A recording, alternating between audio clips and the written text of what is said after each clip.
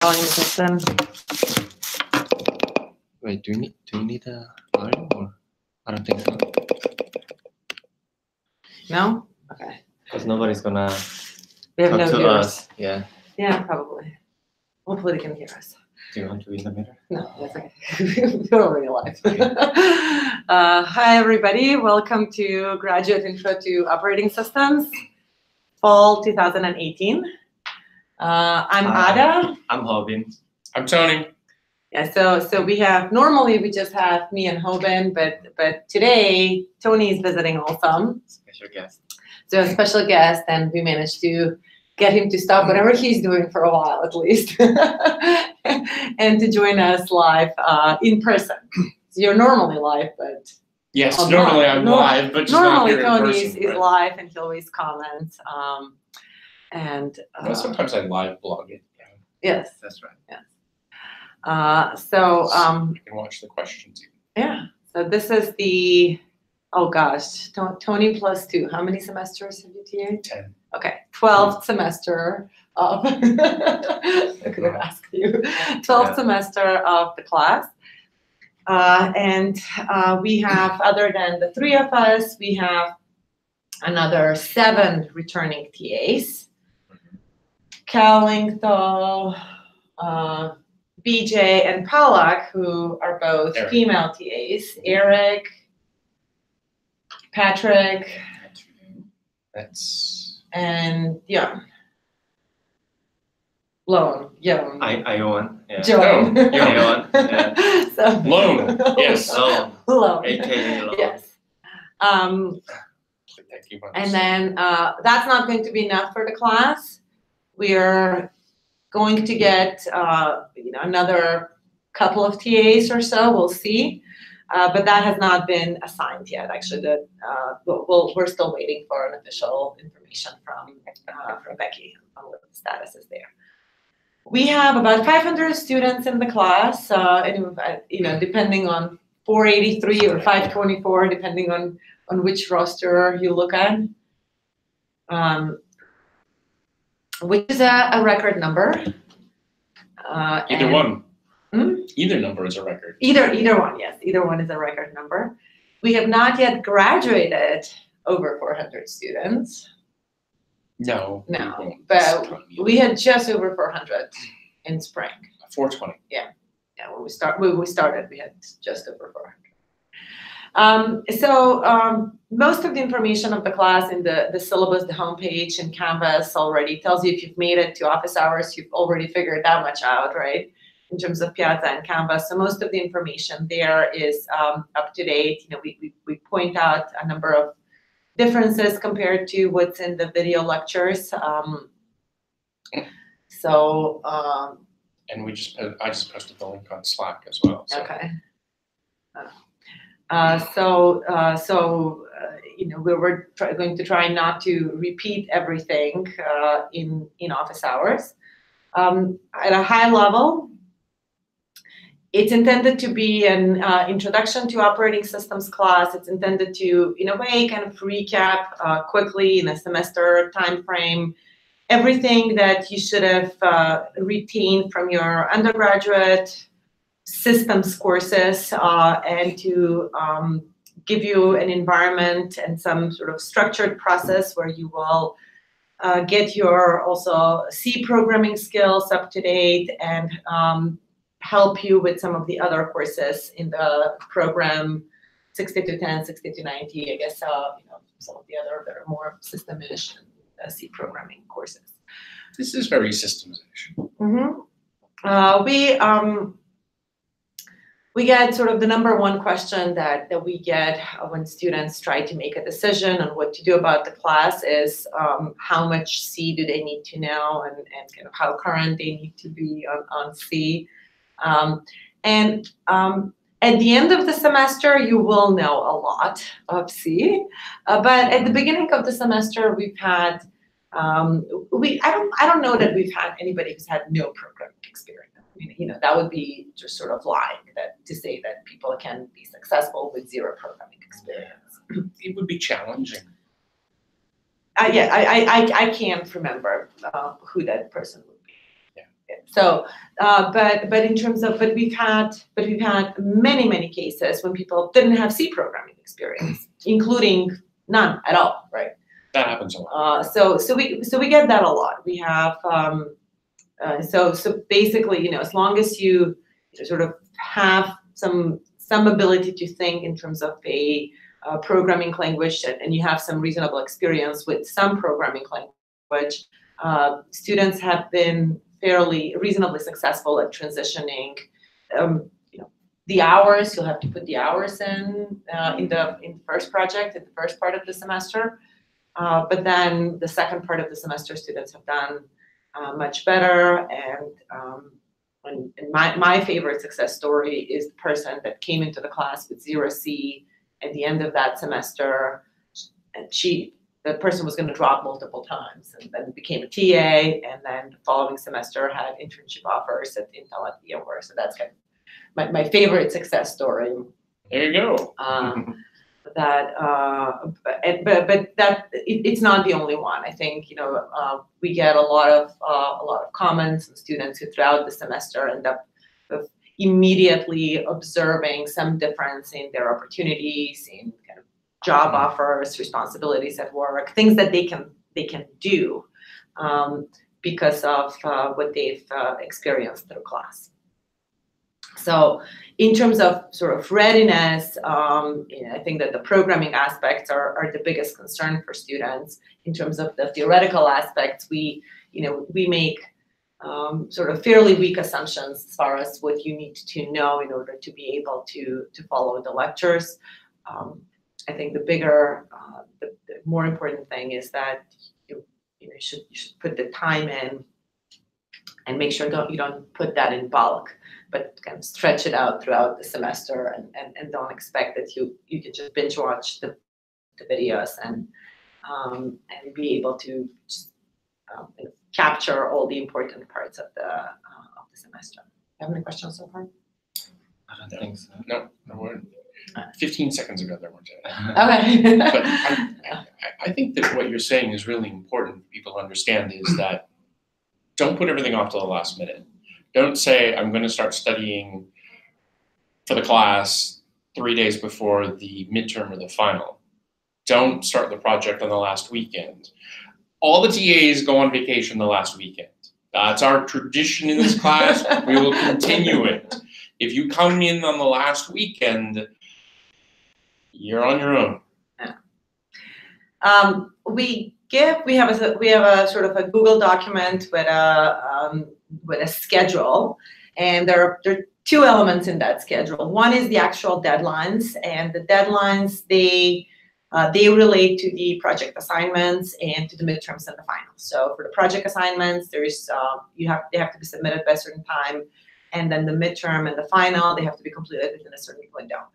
The rest of the schedule is, you can think of it as a set of guidelines, right? We don't in a traditional way in a classroom. So whether you end up watching all the videos now or at the end, ultimately we have no way of or maybe we do have ways of enforcing you to pace things at a certain level, but I mean, you're adults, so we don't, ultimately that's not what you get a grade on.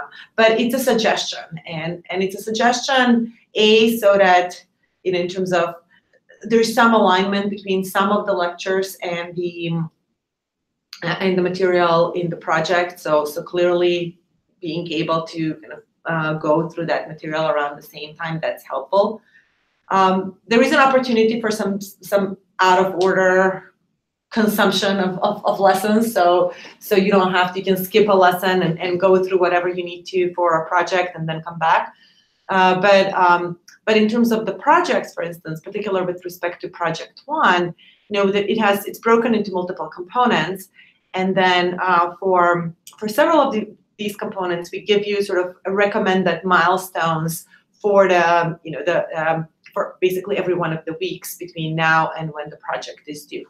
And we don't continue spoon feeding you in the same way in the later part of the semester, but just basically try to have some sort of check mark, have I reached that point to get a sense of how far, how well are you doing in the class. Mm-hmm.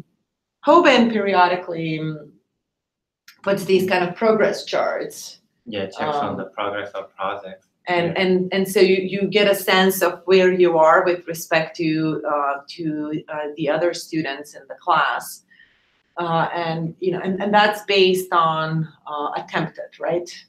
Yes. Based on, because when you are submitting when you're running the tests through Bonnie, can capture the number of attempts that Yes.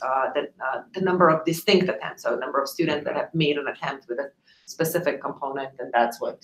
So if you think of it in your head, if you think of an x-axis is time, and y-axis the number of attempted submissions, the number of first attempted submissions, your first submission, only your first submission counts, your second submission or the later submission doesn't count. If you think of the chart, what would it look like?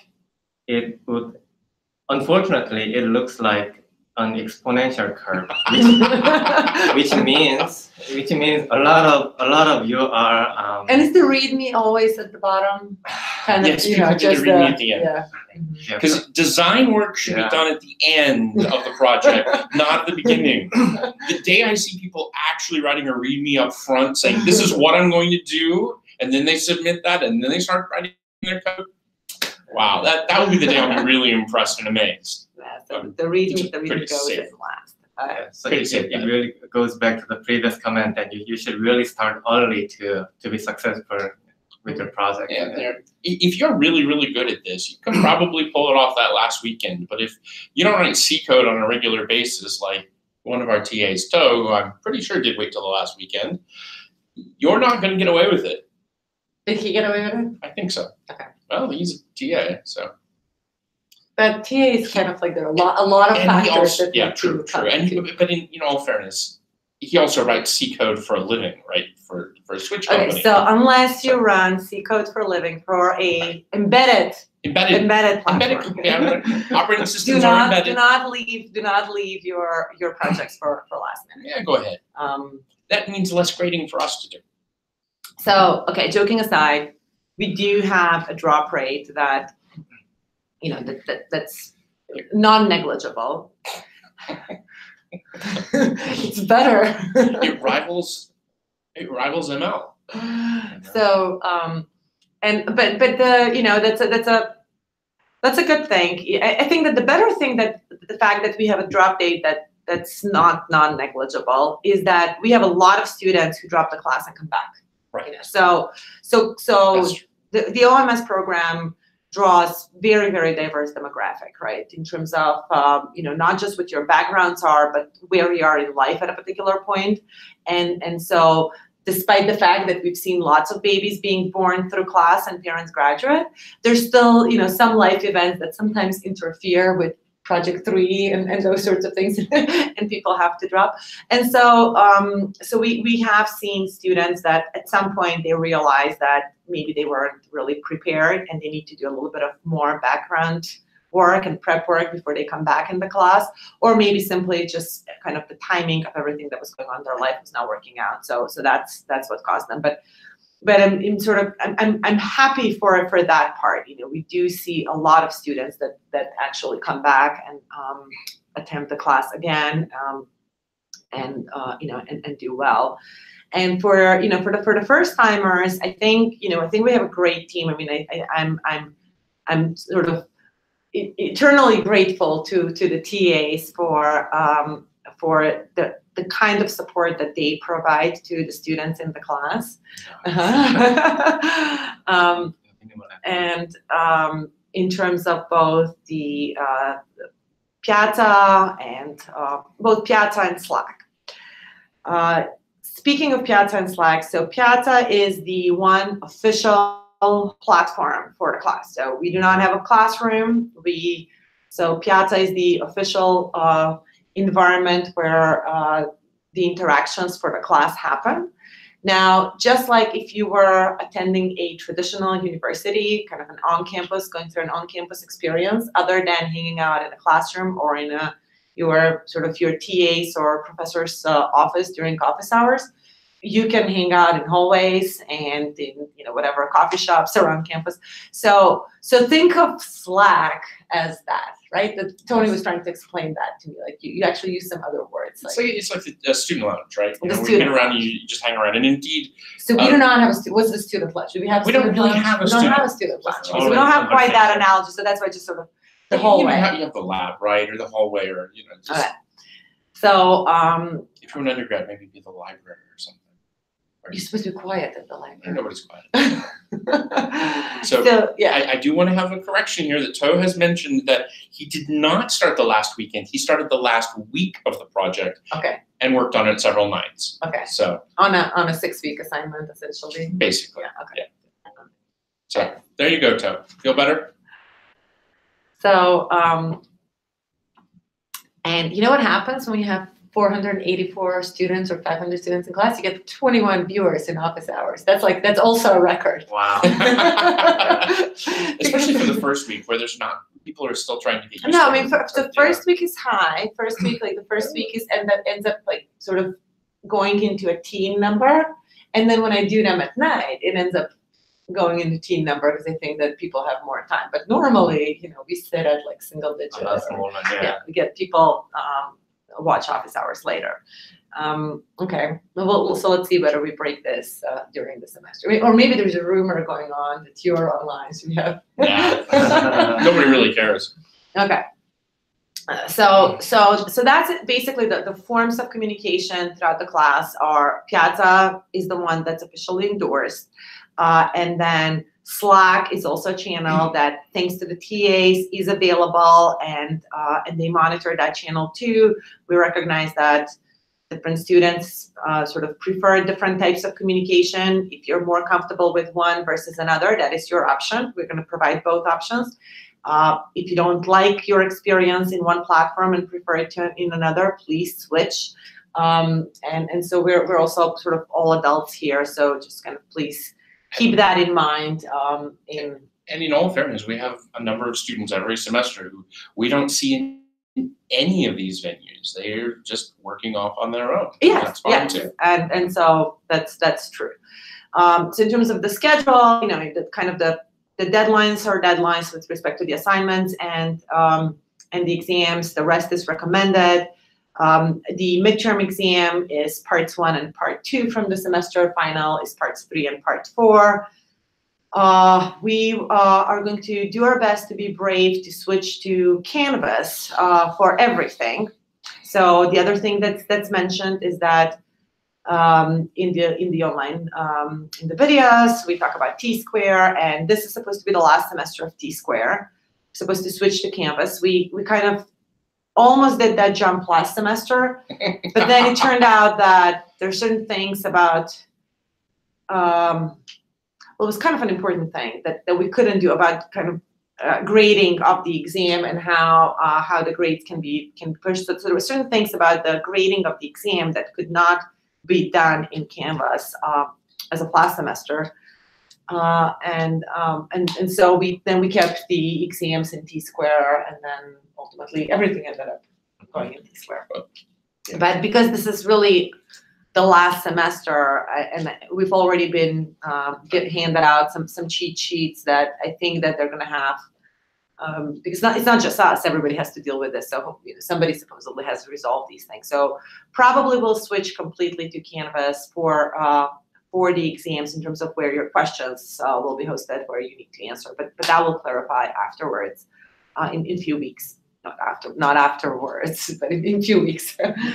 And then the other thing that's different is that the proctoring of the exams is not going to be done by ProctorU, which is mentioned in the videos, but ProctorTrack. And the nice thing about ProctorTrack is that it's automated, so there isn't a person that you have to schedule a one-on-one where they can proctor you, and there's absolutely no chance of there's some evidence of maybe some inappropriate behavior around some of the exam proctoring instances. Have you guys heard about those?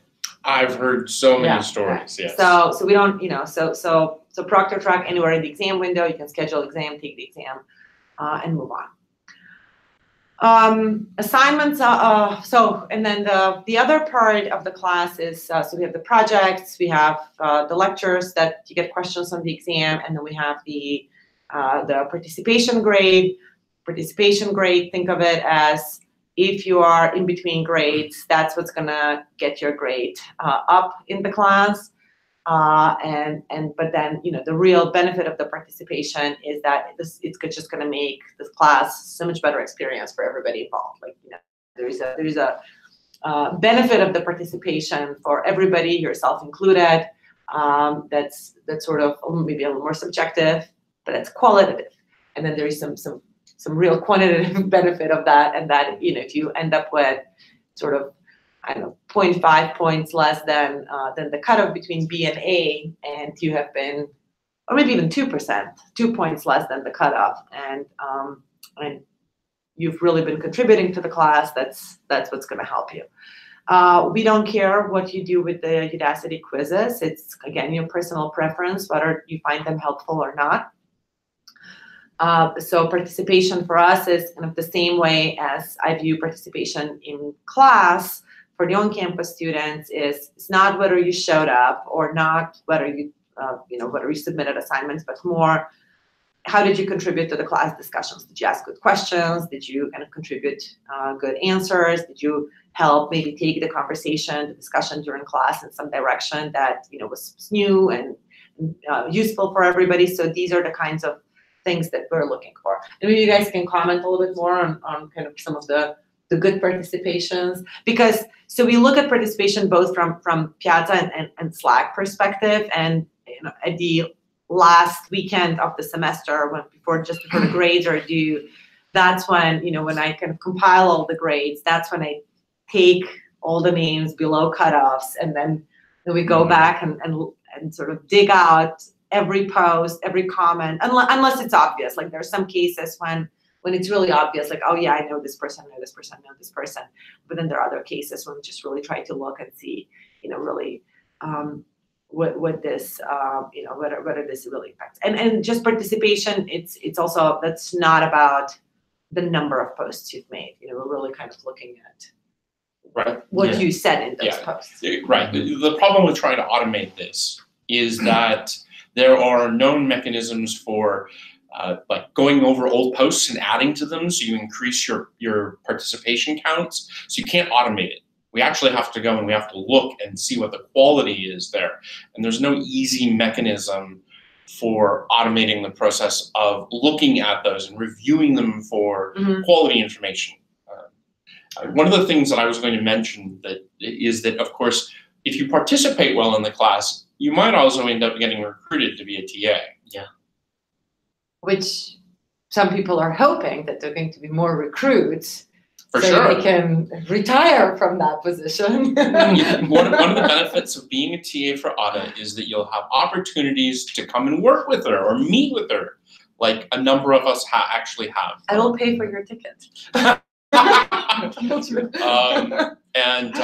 mean, we lost a TA this semester because he started as a PhD student here at Georgia Tech with Ada.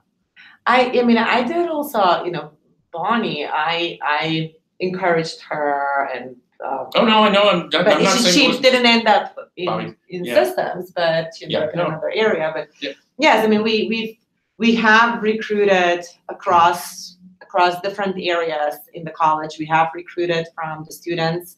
We have recruited as PhD students from the students that are in this program.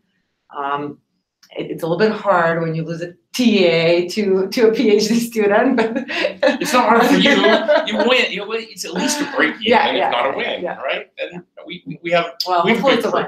We have a good crew, and since Hogan does all the grading, you know, it's remember all the grades in Canvas say that you did all the grading. So I take all the blames, or I take all the credits. Yeah, but all the TAs are working really hard behind the scene. It's just I don't know. It's just Canvas automatically says that it is done by me. It's He there- pushes there- the button on a script that uploads Yeah. everything. There- But there's honestly, built-in I think that APIs, that's yeah. magic. So the fact that that's possible, I think that that's The magic. bulk upload, Yes. it's just an Excel spreadsheet. Oh, just Or but you need to Google's- like Yeah, well, align everything the has to be exact- columns oh, of course. and it's every single system that Georgia Tech uses or still has an active system has something else as the identifier. Oh, yes. Right? And then they also kind of can't make up their mind on whether it's just the students or the students and the TAs and the guests, and so you can't just kind of copy something. So There's a hex number assigned to every student. And the reason I know that is because when we convert it over, I mean, when I look at the cross semester data, the same, this hex ID shows up for both names, regardless of what system they're in, whether it was T-Square or Canvas. It's really weird. It's I'm not- yeah, there, I oh, but mean, I then should show it to you. we also use I think it's a hash. ProctorTrack, and ProctorTrack use another thing. Of course. So The best thing about IDs is there's so many to choose from. okay, so so should we talk about the ugly thing? The the plagiarism aspect. We can certainly discuss Right, that. so we should spend a little bit of time. The goal here isn't to try and put fear into everyone, because there's kind of a balancing act here. We don't actively go out and take very small copies of code and say, look at that, you took it from someplace else. We understand if you're sitting there writing code that opens sockets, guess what? It's going to pretty much look the same. But there are substantive pieces of these projects that, as hard as it is for people to believe, there are a large number of different ways of implementing them. We've seen crazy complex ways. We've seen elegant, simple ways. But what we don't see is two different students independently generating the same code. When we do find that, and it does happen, unfortunately, in a couple of cases every semester, when we do find that, then we have to talk to you about it, and we have to decide whether or not we want to report that. And none of us like reporting it. I've reported quite a few students. It's never fun. It's actually so much more work for us. So much more So work. one of Yes. one of the motivations for having this conversation now is we're trying to convince you that, hey, we would rather spend the time helping you understand the material so you can write your own code than we would talking to you after the fact, explaining to you that, gosh, you kind of screwed up here, and so now you've got a black mark on your record. But the amount of work that goes after that explanation is that the paperwork that needs to like, document all of this. And then it's not just that you have to document it and you have to send it, and somebody else has to read it, then they have to have questions. How many great change I points mean, did I I don't send know. to you last? And then they're like manual grading. It's really there are multiple hours from Yes. multiple people involved in your in somebody's decision to cheat. Definitely, there are better ways to invest that So- time with better outcome. Right. So what I usually tell people is that you can use code snippets. A snippet of code is up to 10 lines of code. And in your entire body of code, you shouldn't be copying more than, say, about 30 lines of code total. So you can have one big code snippet for doing your setup on your sockets, but then you need to be writing the rest of the code on your own. We don't mind if you collaborate in terms of discussing techniques and approaches and throwing around design ideas. That's not a problem. That is exactly the kind of collaboration that we want to foster, because going through that helps everybody understand the material. What we don't want is we don't want you going and finding out that there are dozens of different places on the internet that you can find copies of projects that are remarkably similar to the one that we've given to you this semester. And you say, oh, gee, look, if I cut and paste this code and I change the names of the variables, it's all new code, isn't it? And the answer is no, it's not, and we will find it. And then we'll have to go through the pain of going through that, and we don't want to. And you know what? I mean, we know that So one of the most depressing days for me was at some point last year. There was some meeting, and that's when I learned for the first time that there is this whole dark web of people that you can pay that will do the test, the assignment for you. Before you spend your money, think that maybe there's somebody else that's also doing the same thing, so you're still going to end up with the same assignment, and you're still going to get flagged for plagiarism. And it's actually even better is that the AI team has actually been working on this, because I've been talking to Rocco about this. Mm-hmm. The AI team has actually been working on detecting that, and there are a number of mechanisms or techniques that we can actually use to look at your code and your coding style, for example, across projects and say, these were written by the same person. I know that might surprise people, but it turns out that there's a recent paper, it was earlier this year or late last year, I don't remember exactly when, where someone showed that they could de-anonymize code that had been optimized through the compiler, and they could still figure out who actually wrote the original code. It's that unique a signature. They built a classifier that was like 86% on the optimized code. It's crazy. It's just amazing. And so basically all these, and I mean, we don't, this is not some sort of, set of homegrown tools. These are tools that have been in use for decades. 20 years. Actually, there's a whole branch in analysis that was based off of the original Eakins' original work. Okay. So at this point, you can assume that they're pretty stable. The results are pretty well respected, and they handle a lot of the automated part, right? And so even if there are 624 students, it would still end up moving along. So let's not talk anymore about this. Hopefully we will not have to talk about this at all. We will send you sort of an acknowledgement test where you'll have to, just to make sure that everybody actually does read the post that's on Piazza that discusses our perception of plagiarism versus collaboration, and gets the message that our dean has sent to the student population in general, but in particular, this was a message that was targeted to the OMS students, just to make sure that you kind of reiterate what's proper behavior and to discourage any kind of temptations. So, like, sometimes these things happen, just a really sign of weakness or despair, and we just want to make sure that that there are other ways that will end up with much better result for everybody involved. Okay. In terms of the programming assignments, they will be in C. There will be 3 of them. The first one's out. Started early. It's structured in a way so that the first couple of components of the assignment are there to kind of guide you through simpler set of steps, so that you maybe refresh some parts of your C programming skills. And it also structured in a way that gives you time to maybe catch up on some of the lecture material. The ultimate goal of the assignment is that you end up learning how to write multi-threaded programs and learning how to deal with some of the issues that come that arise with multi-threading. But the assignment is also structured in a way so that you can really be dealing with some of the C aspects, and you can handle everything about the project other than the multi-threading until the very last phase, once you've had a chance to go and move through the first few lessons.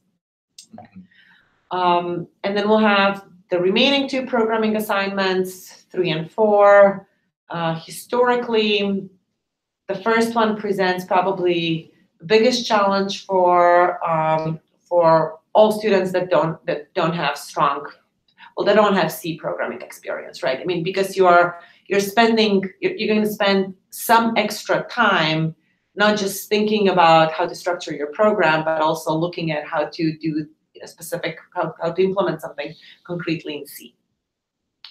So it tends to, and I think overall, it tends to burden students from that perspective a little bit more.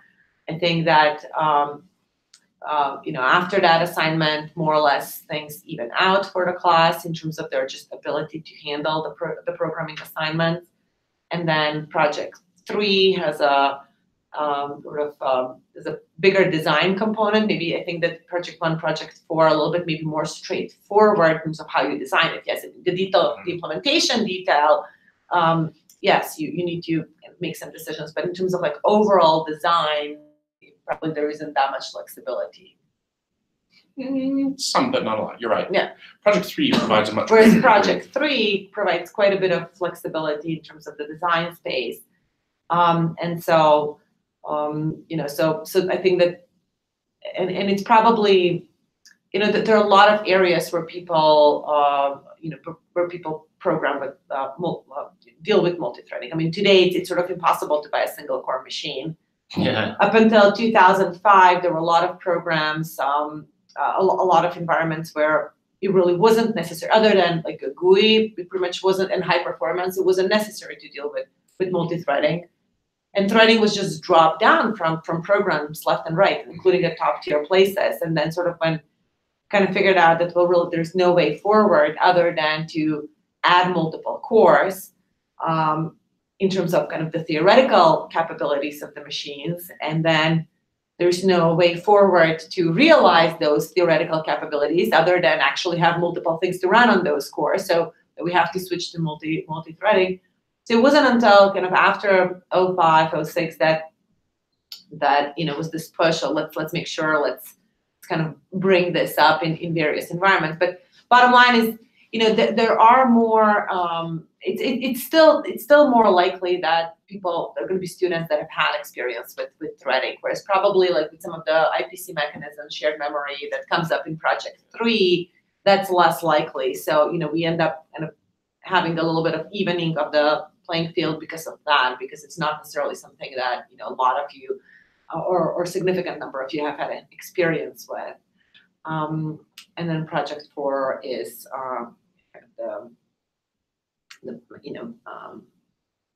maybe the least time consuming, but at that point a lot of the C parts are definitely out of the way.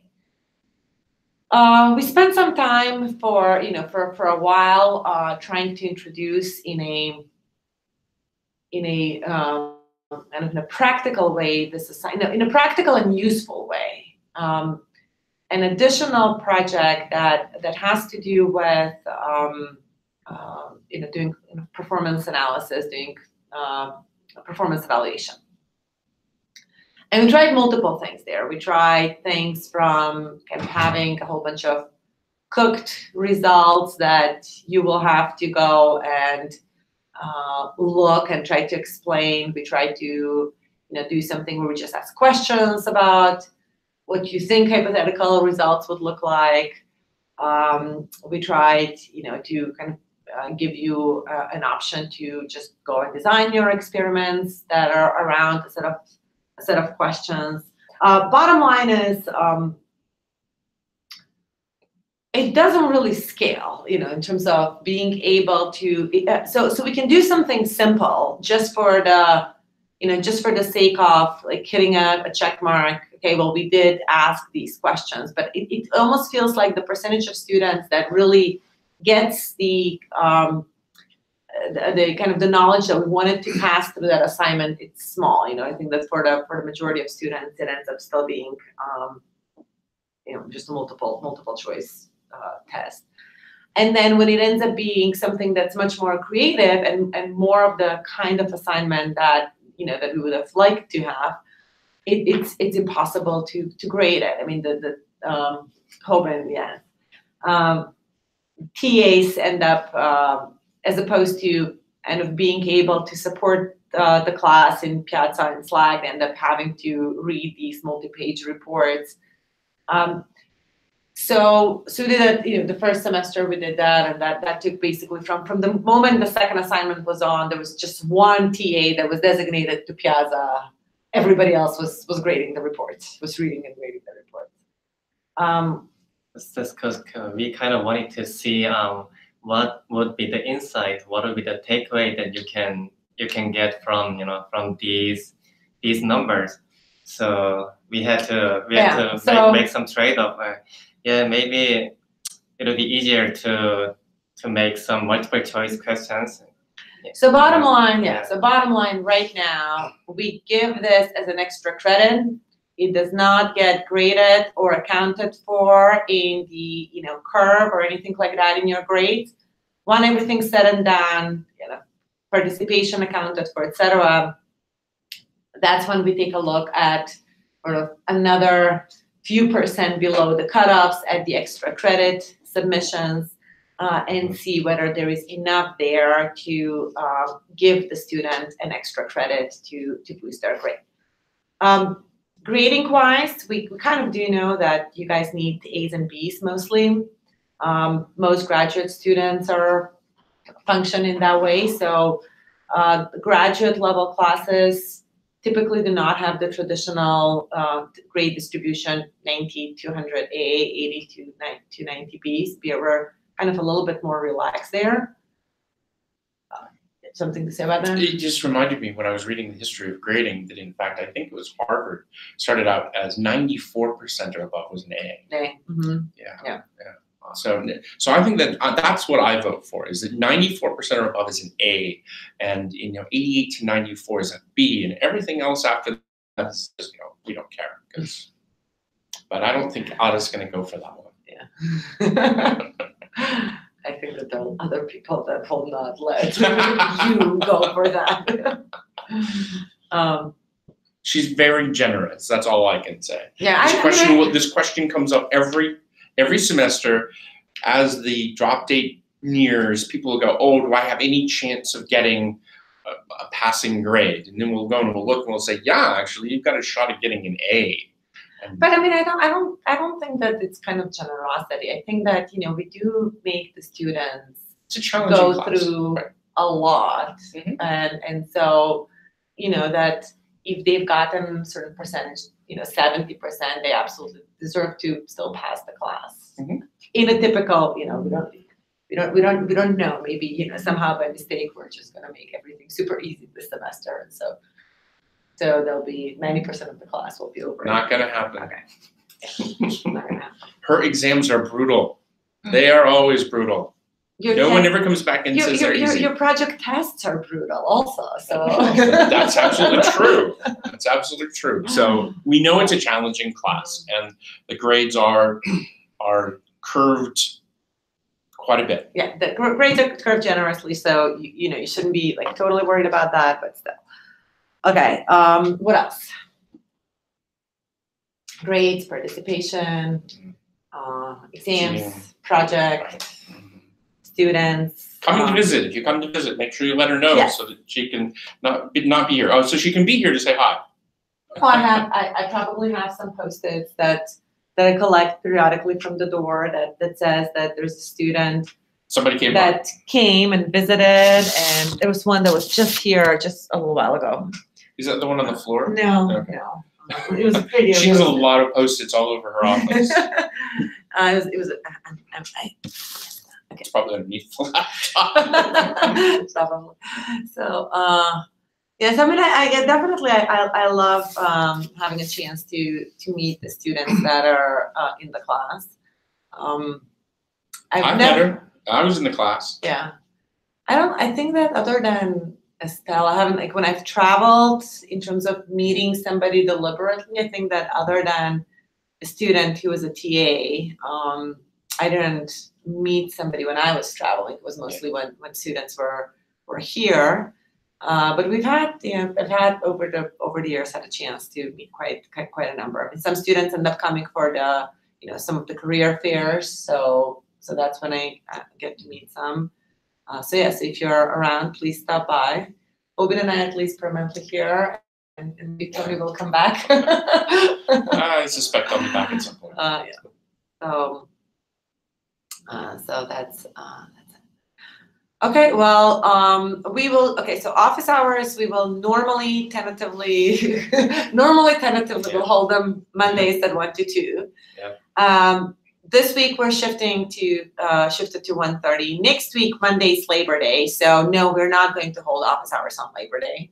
And so we'll just end up putting a post on Piazza at some point closer to. Well, when I say closer, that can be like really close. so we'll put a post on Piazza and tell you when office hours are scheduled for. It's an easy question. Yeah, it's an easy question. Yeah. It's an easy question. And so normally our default times Monday 1. We'll try to, when we need to reschedule something, we'll try to reschedule for some other day, either early in the week to be kind of close, or sometimes I may end up doing the office hours late in the evening, either from home or from a hotel room, just depending on kind of where I am. There is a question that, the specific question is something that do you need to worry about the syntax of the BeRel paper and the thread implementation or the APIs in the BeRel paper. And I think that this is the bigger question, actually. It's basically, how detail-oriented are going to be the questions that you should expect at the exams. So I think that our questions are much more about testing your understanding of the concepts. Do you really understand why something was done in a certain way?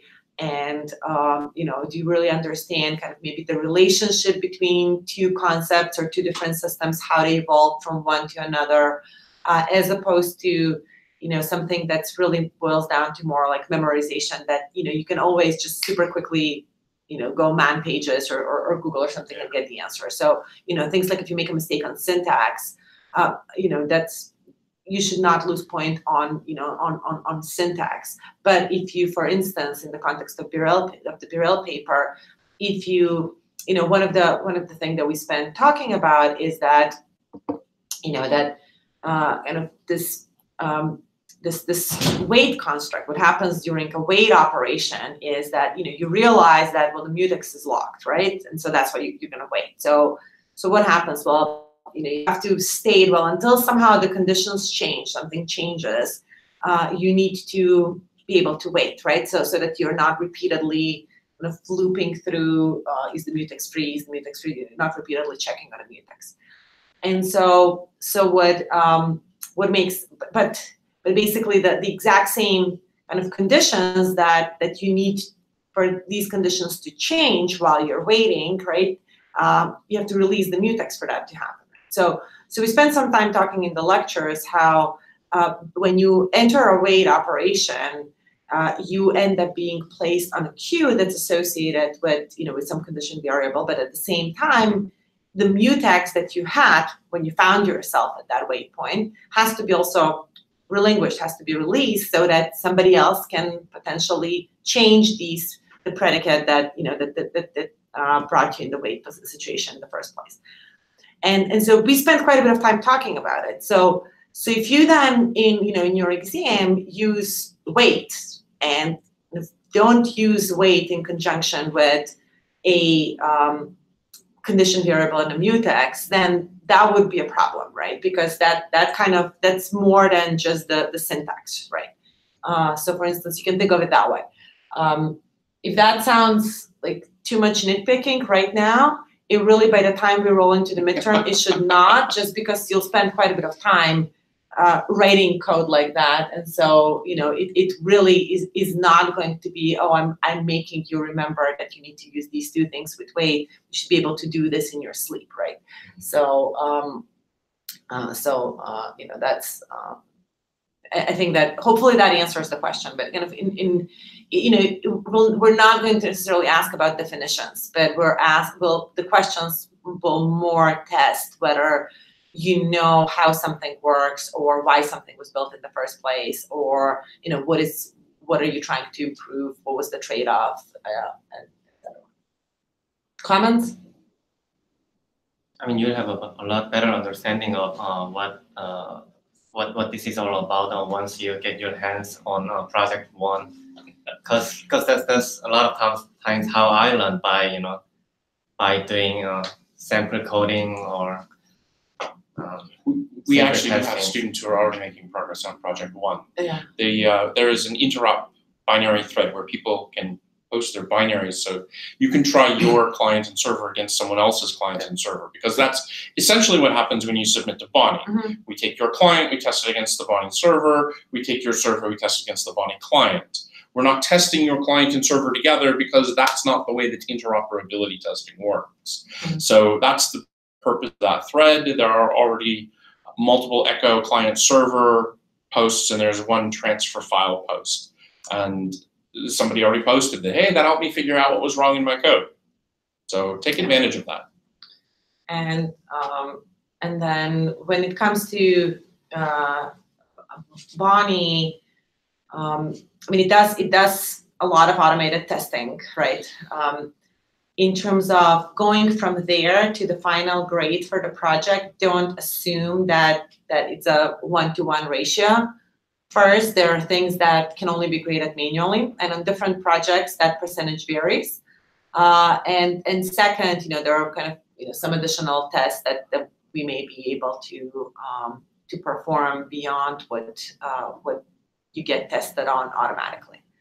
So normally, if there are no problems with Bonnie, you can expect a good grade. Having and then also the other part that if you do have problems with Bonnie, that doesn't mean that you're failing your assignment completely, because we try to give we have a lot of small tests that are just trying to account for just few points. The goal of that is to try to accumulate as many points, to try to dig out as many points as we possibly can from the assignment. And then really what we rely on is kind of Bonnie to flag things that are potentially problematic, and this is when the TAs grade things manually. Don't forget that there is a README file, and that is manually graded, and that is your greatest opportunity to explain to the poor TA who has to look at your code why you did what you did and how it actually works. There you go. Okay, 23 viewers. Not bad. Not bad. It's 24 at some point. I think maybe That's a record. Okay, so we'll see you next, probably Tuesday. See you.